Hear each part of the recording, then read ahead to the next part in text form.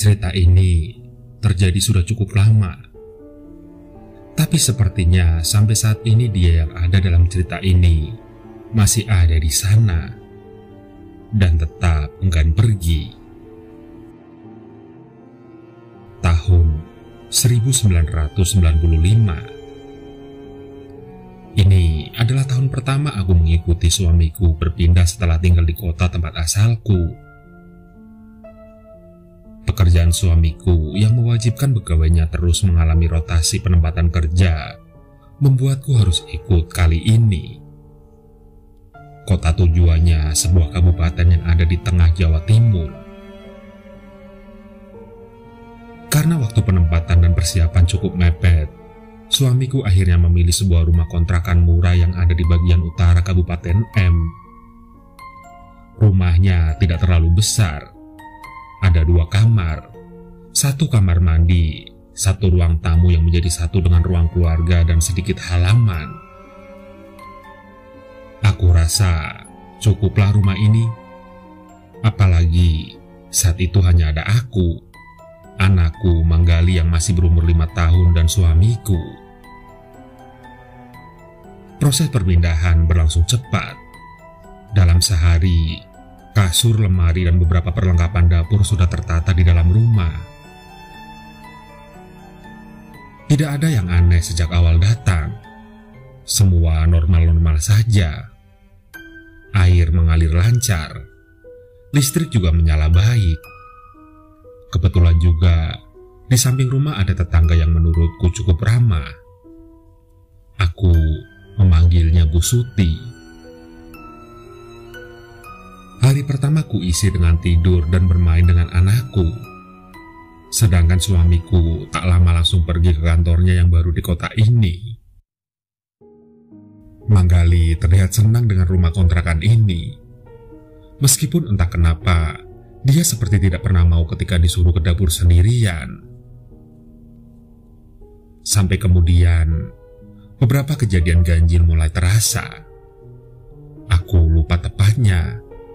Entah hari ke-7 atau ke-8. Suamiku setiap hari pulang menjelang maghrib. Saat itu, ketika suamiku pulang, dia terburu-buru lari ke arah dapur. Aku sempat kaget, karena suamiku baru saja melepas sepatu. "Kenapa, Mas?" tanyaku. "Aku bau hangus. Saya kira kamu lupa mematikan kompor," jawab suamiku. "Saya tidak menghidupkan kompor, Mas," sahutku lagi. Suamiku menggaruk kepalanya yang tidak gatal. Dia jelas-jelas mencium ada bau hangus yang kencang dari arah dapur, sehingga langsung lari untuk mematikan apapun yang sedang terbakar. Setelah kebingungannya reda, suamiku langsung masuk ke kamar mandi. Aku pun memilih menonton TV bersama anakku sambil menunggu suamiku selesai mandi. Teh hangat dan tempe goreng sudah kusediakan di atas meja, menunggu pemiliknya selesai mandi. Saat tengah asik menikmati acara MacGyver, tiba-tiba aku mendengar suara suamiku dari kamar mandi. "Nak, jangan di sini, sebentar ayah mandi dulu." Aku heran. Suamiku berbicara dengan siapa? Jelas-jelas anakku Manggali sedang duduk di pangkuanku. Setelah mandi, suamiku langsung menghampiri anakku. Diacaknya rambut anakku dengan gemas. "Bapak mandi kok dicubit? Untung tidak kaget tadi," kata suamiku sambil mencium pipi Manggali. "Siapa yang mencubit? Orang anaknya di sini dari tadi." Suamiku kembali kebingungan. Kita sempat sedikit berdebat. Suamiku mengatakan jika saat itu dia tengah menggunakan sampo. Kebetulan pintu kamar mandi dibuka. Karena entah berapa kali diganti, lampu di sana selalu mati. Waktu mengguyur air ke atas kepalanya, tiba-tiba ada yang mencubit. Suamiku mengira anakku yang melakukannya, karena cubitannya tepat di paha. Tangan yang mencubit juga terasa kecil. "Ah, mungkin hanya perasaan saja, Mas. Sudah cepat dimakan tempenya," ucapku. Esok harinya suamiku merasa tidak enak badan. Suhu tubuhnya panas. Aku pun memintanya untuk istirahat di rumah. Suamiku setuju. Setelah sarapan nasi dan telur dadar, suamiku memilih tidur lagi. Manggali terlihat bermain di luar rumah. Aku memanggilnya beberapa kali, memintanya untuk sarapan. Tapi Manggali tidak kunjung mendekat. "Ayo nak, makan," panggilku. Lalu aku mendengar ada langkah kecil mendekat. Nasi dan telur dadar edisi kedua aku siapkan di atas meja. Sejak umur 4 tahun, Manggali memang lebih senang makan sendiri. Aku pun beranjak ke pintu depan dan samping, mengunci pintu untuk menghalangi kucing liar yang kerap masuk selesai aku masak. Setelah mengunci pintu, aku beranjak ke kamar sambil membawa kain dan baskom untuk mengompres badan suamiku. Aku melihat ada kelebat kecil ke arah dapur. Mungkin itu Manggali, batinku. Aku lalu melanjutkan mengompres dahi suamiku. Masih terasa panas. Ingin kubangunkan suamiku untuk meminum obat, tapi tidak tega. Akhirnya aku memilih tetap mengompresnya saja. Aku tunggu sampai kain menghangat, lalu kukompres lagi berulang-ulang. Setelah sekitar 40 menit, suamiku akhirnya terbangun. Dengan mata yang masih memerah, suamiku kemudian menyandarkan tubuhnya ke dinding kamar.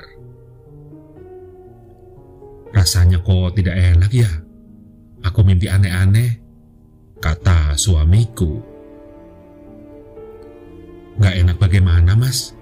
Apa masih panas?" Suamiku hanya mengangguk. Dia lalu menceritakan di dalam mimpinya seperti sedang berada di sebuah rumah yang hangus terbakar. Lalu tubuhnya tertimpa kayu-kayu hangus. "Ya sudah, tak belikan obat dulu ya di depan. Mas, di sini dulu," kataku sambil melangkah keluar kamar. Sebelum keluar, aku sempat melirik ke arah kamar Manggali. Sekilas aku lihat ada tubuh yang tertidur. Begitu membuka pintu, tiba-tiba Bu Suti meneriakiku.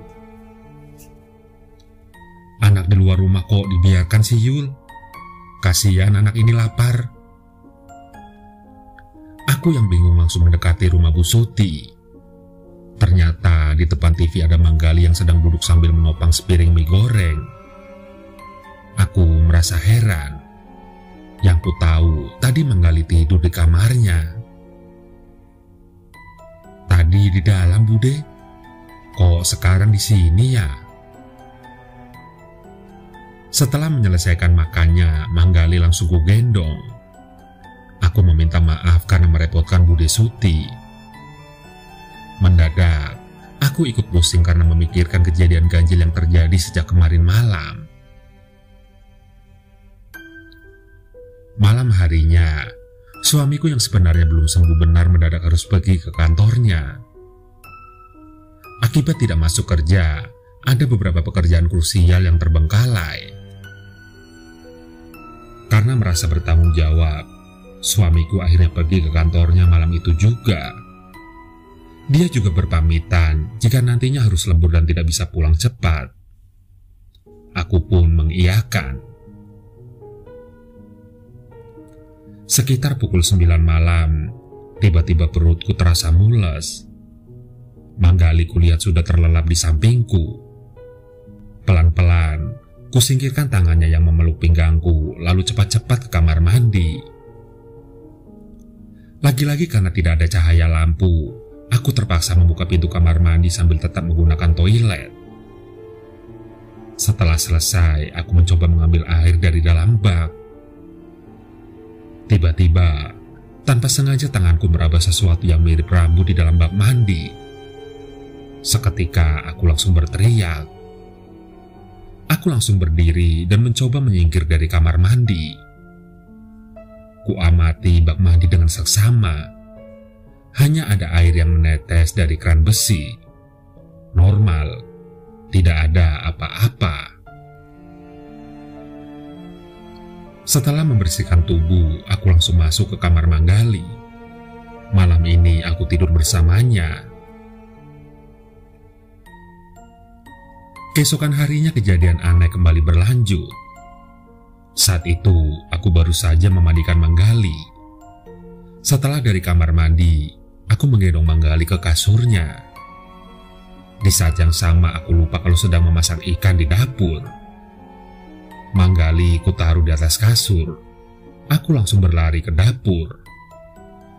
Dengan cepat, kubalik ikan di penggorengan yang nyaris kosong. Lalu ku kecilkan api agar tidak terlalu panas. Tiba-tiba, suara Manggali terdengar berteriak. Aku langsung berlari meninggalkan ikan di penggorengan. Di kamar, aku melihat anakku terjatuh dalam kondisi tengkurap. Darah segar mengucur dari dagunya. Aku panik dan langsung berteriak ke Bude Suti. Untung, waktu itu suami Bude Suti belum berangkat kerja. Dengan berban seadanya, Manggali dibawa ke klinik di dekat jalan raya. Sepanjang jalan aku menangis melihat darah di dagu Manggali. Siang itu, 6 jahitan dilakukan untuk menutup luka di dagu anakku. Setelah keluar dari klinik, aku memeluk Manggali dan sempat sedikit memarahinya. Suami Bude sudah berangkat kerja saat itu. Aku memilih berjalan kaki pulang ke kontrakan. Di jalan, sambil menggendong kutanyai kenapa Manggali sampai terpleset. Dengan polos Manggali bercerita jika setelah aku ke dapur, Manggali melompat-lompat di atas kasur. Ketika sedang asik melompat, tiba-tiba ada seorang anak yang muncul di belakangnya. Anak kecil yang dipanggil Manggali dengan sebutan Mas itu lalu mendorong tubuh Manggali ke depan. Sampai akhirnya Manggali pun jatuh dan mengalami luka sobek setelah dagunya membentur keramik. Setengah tidak percaya, aku lalu mendesak Manggali untuk tidak berbohong. "Tidak bohong, Ma. Saya tidak bohong," ucap Manggali sambil menahan air matanya. Sore harinya, suamiku pulang dan kaget melihat perban yang membekap dagu Manggali. Suamiku sempat marah karena mengira aku teledor. Aku menjelaskan semua yang terjadi, termasuk apa yang diceritakan Manggali. Meski tidak langsung percaya, tapi suamiku tidak melanjutkan emosinya. Dia memilih keluar rumah sambil menggendong Manggali. Aku hanya bisa diam saat itu, bingung antara menyalahkan diri sendiri atau ikut menduga-duga. Tidak mau berpikir berat, aku lalu beranjak ke dapur. Sekalian ingin membuat teh. Apalagi sejak pulang kerja suamiku belum minum apapun. Masih ada adonan tempe sisa tadi pagi yang rencananya akan aku goreng sekalian. Di tengah konsentrasiku mengaduk adonan tempe, lagi-lagi aku mendengar suara langkah anak kecil. Suaranya mirip sekali dengan langkah kaki Manggali. Aku menoleh ke lorong dekat kamar mandi yang bersebelahan dengan kamar. Terlihat bayangan anak kecil sekelebat berlalu. Mungkin suami sudah pulang, terus Manggali lari-lari, batinku. Suara langkah itu kembali terdengar, seolah Manggali sedang bolak-balik berlari dari kamar mandi ke kamarnya. Aku sempat menoleh sebentar. Tidak jelas siapa yang berlari, tapi siapa lagi kalau bukan Manggali? Karena tidak betah, aku matikan kompor. Aku mencoba mengejar suara langkah kaki itu dengan cepat. Aku setengah berjinjit saat itu. Kulihat sekelebat bayangan itu masuk ke kamar Manggali. Begitu masuk ke dalam, degup jantungku berhenti. Ada seorang anak yang entah itu laki-laki atau perempuan sedang berdiri di pojok kamar Manggali. Semua tubuhnya hitam dari atas sampai bawah. Bukan hitam karena warnanya, tapi terbakar. Mirip seperti plastik yang meleleh. Aku takut setengah mati tapi tidak bisa bergerak. Sampai akhirnya bocah itu meringis menunjukkan isi bibirnya yang juga terbakar. Dengan cepat, tubuhnya berbalik lalu masuk ke dalam gorden kamar dan hilang. Setelah dia hilang, tubuhku lemas lalu pingsan. Malam harinya tubuhku panas menggigil. Suamiku yang awalnya masih marah kemudian berubah iba. Dimintanya aku untuk beristirahat di dalam kamar. Setelah menidurkan Manggali, suamiku menemaniku di atas kasur sambil mengompresku. Aku tak mau banyak bicara malam itu. Jujur, sebenarnya aku ingin menceritakan semuanya. Suamiku juga heran kenapa aku tiba-tiba pingsan. Saat pingsan, suamiku bercerita jika Bude Suti bersama suaminya dan Mbak Intan tetangga sebelah kanan rumah sempat datang. Setelah menolongku dan membopongku ke atas kasur, kata suamiku, Bude Suti dan Mbak Intan sempat berbisik tentang gangguan yang diterima orang yang mengontrak rumah ini sebelumnya. Tapi, karena suamiku tipikal orang yang tidak percaya hal gaib, dia memilih tidak bertanya lebih jauh. Suamiku sempat berterima kasih kepada mereka semua karena datang membantu. Lalu mempersilahkan semuanya pulang agar aku bisa beristirahat. Melihat ketidaktertarikan suamiku dengan hal gaib, aku pun mengurungkan niatku untuk bercerita. Aku memilih mengarang cerita. Mungkin aku capek, Mas. Tadi siang aku gendong Manggali dari klinik sampai rumah. Kataku berbohong. Suamiku pun percaya. Setelah mengecup keningku, suamiku mengajakku tidur. Dia berjanji akan izin besok pagi untuk menemaniku mengurus Manggali. Selepas subuh, aku kedatangan tamu spesial di rumah. Bapakku datang pagi itu dari kampung. Aku senang sekali waktu itu. Meski belum lama berjauhan, tapi aku sudah kangen dengan bapakku. Entah kenapa, setelah bapak datang tubuhku terasa sehat lagi. Langsung saja aku buatkan kopi pahit kesenangan bapak dan kuhidangkan pagi itu juga. Bapakku tersenyum melihatku antusias dengan kedatangannya. Belum sempat menaruh tas, aku sudah menyuguhinya. Setelah minum kopi, bapak kemudian masuk ke kamar Manggali. Bapakku minta istirahat dulu di kamar Manggali sambil menunggu cucunya bangun. Biasanya Manggali bangun jam 6:30 pagi. Setelah meletakkan tas, bapakku lihat berdiri tegap. Matanya menatap tajam ke arah sudut kamar, seperti sedang berkomunikasi dengan mata. Proses itu berjalan lama, sekitar 10 menit. Aku yang tidak tahu apa-apa sempat membiarkan bapak berdiri, sampai akhirnya bapak bergerak sendiri kemudian keluar kamar. Aku tidak tahu apa yang dilakukan bapak di dalam kamar mandi. Yang ku dengar hanya suaranya meludah berkali-kali.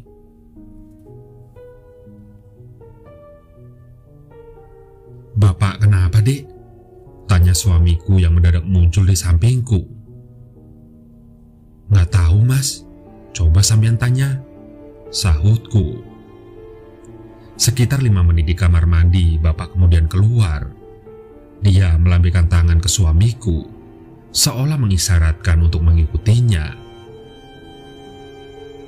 Aku Aku yang tidak diajak ikut mengekor di belakang suamiku. Bapak lalu duduk di beranda rumah kontrakan. Dengan pelan dia menanyai suamiku tentang harga kontrakan dan kemungkinan mencari kontrakan yang lebih baik lagi. Bapak terdengar bicara halus. "Nak, kalau ada lagi kamu pindah saja dari rumah ini. Rumah ini terasa ada yang tidak beres," kata Bapak. "Tidak beres bagaimana, Pak? Tempatnya juga bagus, harganya murah," jawab suamiku, seolah ingin membela pilihannya. Bapakku kembali memberikan penjelasan kepada suamiku. Dia paham suamiku tidak terlalu mempercayai hal gaib. Bahkan saat menikah dulu, ada beberapa ritual yang dia hilangkan karena tidak percaya. "Begini, Nak, di sini ada makhluk yang hitungannya jahat, tidak bisa diajak bicara.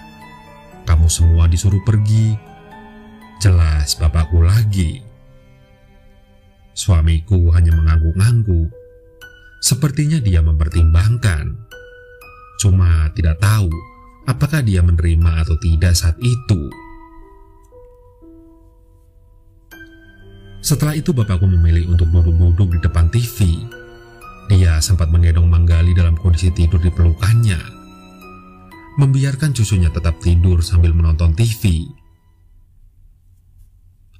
Sayangnya, Bapak tidak menginap hari itu.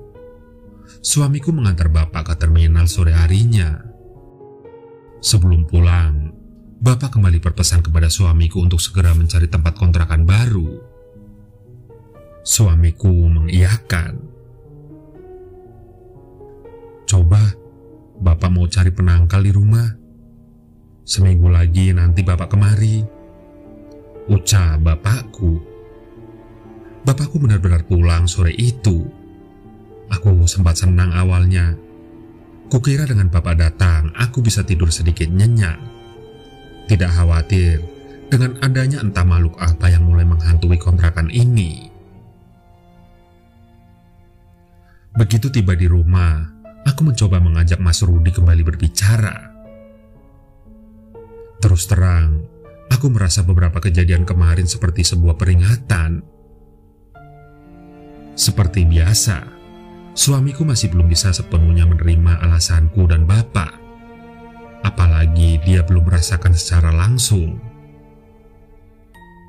Kejadian yang menimpa Manggali dan aku baginya lebih tepat disebut kecelakaan.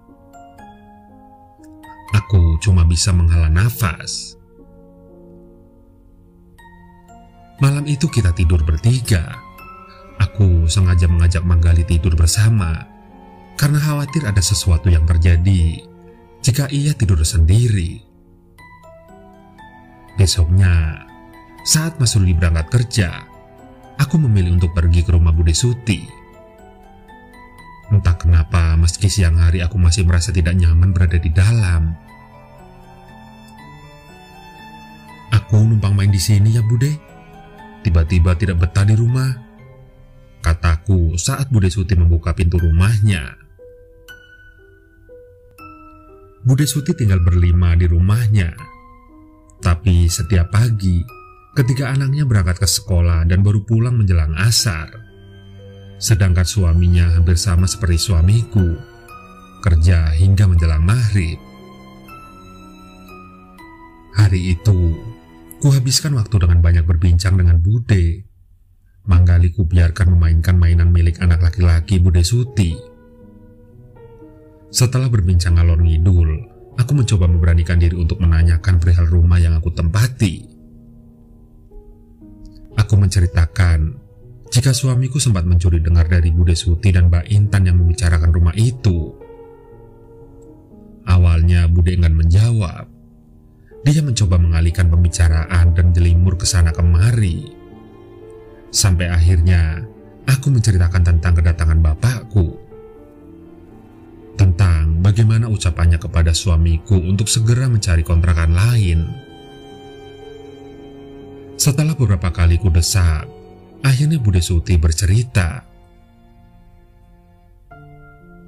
Rumah itu sebenarnya sama tuanya dengan rumah milik Bude dan Mbak Intan.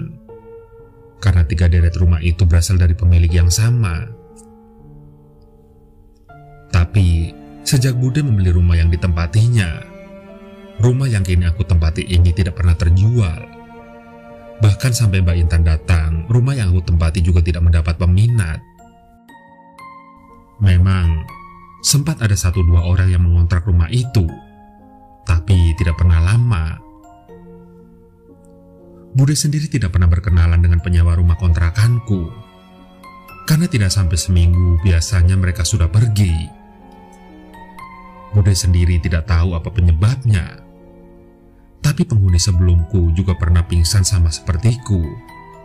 Tempatnya juga sama, di kamar yang ditempati Manggali. Saat kejadian itu, Bude bercerita banyak orang yang datang ke rumah kontrakanku, termasuk ketua RT setempat. Yang bisa didengar Bude saat itu hanya cerita tentang arek kobong. Tapi Pak RT tidak meneruskan ceritanya. Selama 5 tahun bertetangga dengan rumah kontrakanku, Bude mengatakan tidak pernah tahu apa yang ada di dalam rumah. Karena pemilik kontrakan akan langsung menutup seluruh gorden sebelum menutup rumah. Hanya saja, sering Bude mendengar ada suara air berkecipak di dalam rumah. Selebihnya aku tidak tahu, Yul. Beneran, kata Bude tiba-tiba kepadaku. Aku pun tidak ingin mendesak Bude lebih jauh. Setidaknya, aku sudah paham ada yang tidak beres dengan kontrakanku. Aku sudah berniat akan meminta pindah ke suamiku. Selepas maghrib, Mas Rudi sudah terlihat santai di depan TV. Pelan-pelan ku pijati punggungnya dari belakang kursi. Manggali bermain-main dengan mainan milik anak Bude Suti yang dibawanya siang tadi. Mas, bagaimana? Apa sudah dapat kontrakan baru? Suamiku agak kaget dengan pertanyaanku. Ditariknya punggungnya dari cengkraman tanganku. Belum. Sudah disyukuri saja di sini. Gampang nanti kalau sudah gajian, jawab Mas Rudi marah. Aku tidak mengira suamiku tiba-tiba marah seperti itu. Mungkin ada masalah di pekerjaannya, pikirku saat itu. Mas Rudi kemudian beranjak dari kursi dan pergi ke kamar Manggali. Dari suaranya, terdengar Mas Rudi merebahkan tubuhnya dengan keras di atas kasur. Aku hanya bisa menghela nafas. Aku tidak mau memperparah keadaan. Kubiarkan Mas Rudi tidur di kamar Manggali. Malam harinya, sekitar pukul 11:30 malam, aku tiba-tiba dibangunkan dengan suara erangan tertahan. Suaranya seperti dari kamar Manggali. Makin kuamati, suara itu terdengar seperti suara Mas Rudi. Aku berpikir kalau dia sedang mengigau. Suaranya kembali terdengar, kali ini lebih panjang. Aku langsung bangun dari tidur dan melompat ke kamar Manggali. Saat gue buka pintu, aku berusaha menjerit tapi tidak bisa. Aku melihat anak terbakar yang sempat membuatku pingsan kini sedang berdiri di atas dada suamiku yang masih tidur terlentang. Matanya melotot meneteskan kulit-kulitnya yang terbakar. Di bawahnya suamiku terlihat ketakutan. Aku tidak tahu harus melakukan apa. Akhirnya, aku hanya membaca potongan ayat suci. Sosok bocah terbakar itu sempat tersenyum menakutkan sesaat setelah aku membaca ayat itu. Dia kemudian hilang perlahan seperti asap kabut. Setelah itu aku kembali pingsan, tak sadarkan diri. Aku baru terbangun selepas subuh. Kulihat Mas Rudi sudah bersiap-siap dengan tas-tas besar. Mau kemana, Mas? Tanyaku pada suamiku. Wajah Mas Rudi terlihat gugup dan terburu-buru. "Pindah, Dek. Harus pindah kita. Yang punya tempat tidak mau kita di sini. Benar kata Bapak." Setelah bangun dan mencuci muka, aku langsung membantu suamiku meringkas barang-barang. Semua pakaianku masukkan ke dalam tas besar. Ada beberapa perabotan yang sengaja kami tinggal. Rencananya akan diambil kapan-kapan, karena kontrak rumah itu sebenarnya masih cukup panjang. Sebuah mobil L300 tak lama kemudian datang ke halaman rumah mengangkut semua yang kami siapkan. Menggali yang masih terlelap kugendong begitu saja.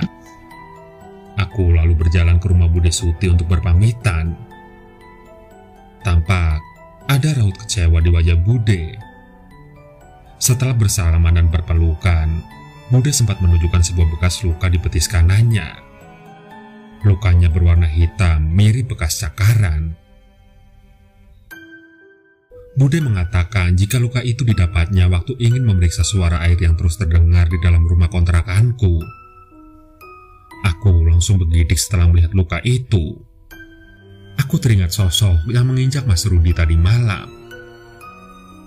Tak banyak basa-basi, aku langsung beranjak ke dalam mobil. Siang itu juga aku berpindah kontrakan. Mas Rudi mendapatkan rumah dinas dari kantornya setelah salah satu rekan kerjanya mutasi ke luar kota. Selama perjalanan, Mas Rudi meminta maaf kepadaku karena tidak mempercayai ceritaku selama ini. Dia lalu membuka kaosnya dan menunjukkan sebuah luka bakar yang tampak memanjang dari dada sampai lengannya.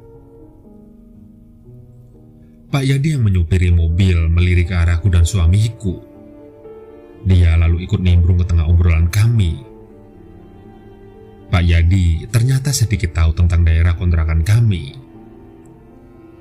Dia menceritakan jika dulunya di sekitar kontrakan kami adalah daerah yang sangat rimbun. Ada banyak pepohonan besar yang tumbuh di sana. Di antara pepohonan itu, ada sebuah sungai yang mengalir di tengah lebatnya pohon dan tumbuhan menjalar. Sungai itu dulunya pernah digunakan oleh beberapa orang tak bertanggung jawab untuk membuang bayi-bayi yang tidak diinginkan. Karena lokasinya yang tertutup, tidak banyak orang yang tahu kejadian-kejadian itu, kecuali orang-orang yang memang masuk kategori nakal.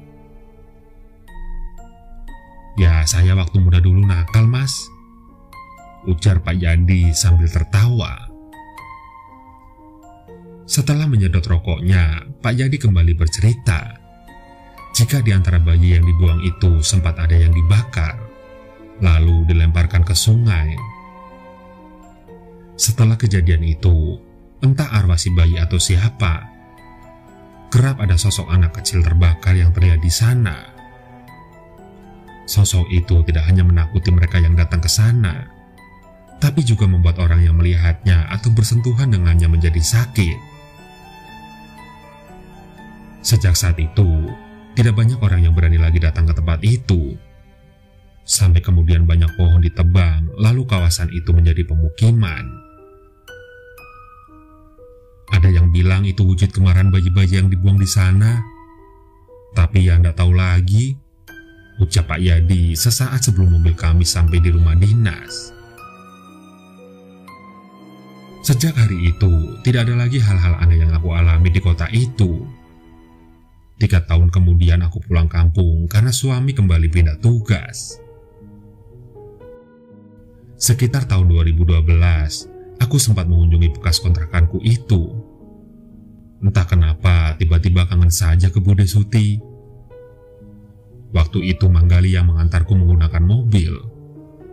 Tapi ternyata Bude Suti sudah meninggal. Anak-anaknya juga sudah pindah rumah. Kini rumahnya kosong. Mbak Intan juga ternyata sudah pindah keluar Jawa. Praktis tidak ada orang lagi yang aku kenal di sana. Sejenak, aku sempat memandangi bekas rumah kontrakanku. Rumah itu dicat agak terang, tapi tetap kosong. Oh iya, semua info ini aku dapat dari Pak Lukman, penghuni rumah Mbak Intan. Dia yang membeli rumah Mbak Intan sejak tahun 1996, sesaat sebelum Mbak Intan pindah keluar Jawa. Pak Lukman lalu bercerita kalau rumah bekas kontrakanku sempat digunakan 3 orang, tapi ketiganya tak sampai tinggal lama di sana. Yang pertama, kata Pak Lukman, pergi karena bercerai. Keduanya sering didengarnya bertengkar sejak berada di dalam rumah itu. Padahal waktu pertama datang keduanya sangat romantis. Kemudian penghuni kedua dan ketiga menurut Pak Lukman meninggal dunia. Keduanya meninggal di rumah kontrakan itu. Yang meninggal pertama sempat dibawa ambulan. Tak jelas apa penyakitnya. Istrinya menceritakan jika suaminya memiliki riwayat jantung. Kemudian penghuni yang ketiga meninggal dengan kondisi mengenaskan. Dia seperti terkena penyakit aneh karena tubuhnya dipenuhi dengan luka gosong. Kondisinya juga semakin mengenaskan karena dia mati dalam kondisi mata terbuka lebar. Sejak saat itu, tidak ada orang yang berani mengontrak rumah itu, meski diberikan dengan harga murah sekalipun.